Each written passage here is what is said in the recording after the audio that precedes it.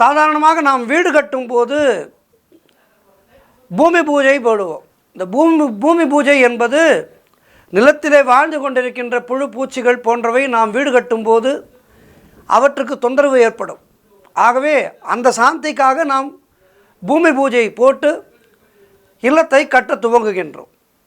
சொந்தமாக இடம் வாங்கி அதிலே வீடு கட்ட தொடங்கும் போது இனம் தெரியாத எதிர்பாராத வகையிலே பல தடைகள் நேரடியாகவும் மறைமுகமாகவும் எழக்கூடும்.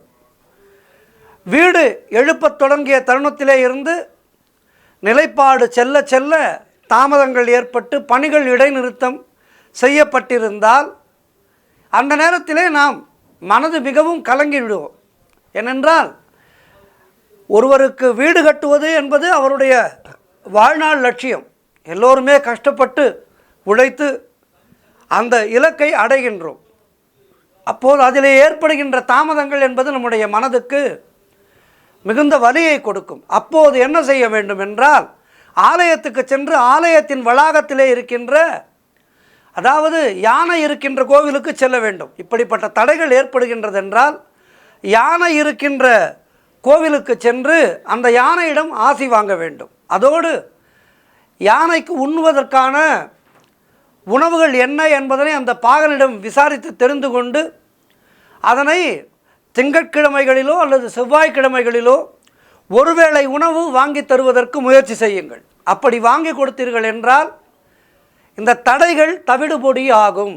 அத்தோடு இந்த யானையினுடைய சாணத்தை பாகனுடைய அனுமதி பெற்றுக்கொண்டு வாங்கி வந்து உங்களுடைய கட்டி கொண்டிருக்கின்றீர்கள் அல்லவா வீடு, அங்கே கட்டி முடிக்கப்படாத வீட்டின் ஈசானிய மூலையிலே வைத்து விடுங்கள். அப்போது அப்பகுதியை பள்ளம் தோண்டி அதிலே புதைத்தும் விடுங்கள் இந்த யானையினுடைய சாணத்தை.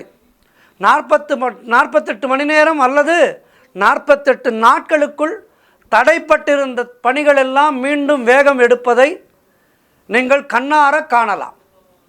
இதனை செய்து அந்த அனுபவத்தின் மூலமாக வீட்டை நல்லபடியாக முடித்து குடியேறியவர்கள் நிறைய பேர் இருக்கின்றார்கள். அதேபோல் நீங்கள் வசிக்கின்ற பகுதியிலே யானை இல்லை என்றால் வலம்புரி சங்கு இருக்கின்றதல்லவா, அந்த வலம்புரி சங்கு செய்கின்ற இடத்திலே இருந்து வாங்கி வந்து வீட்டினுடைய அறையிலே வைத்து விடுங்கள்.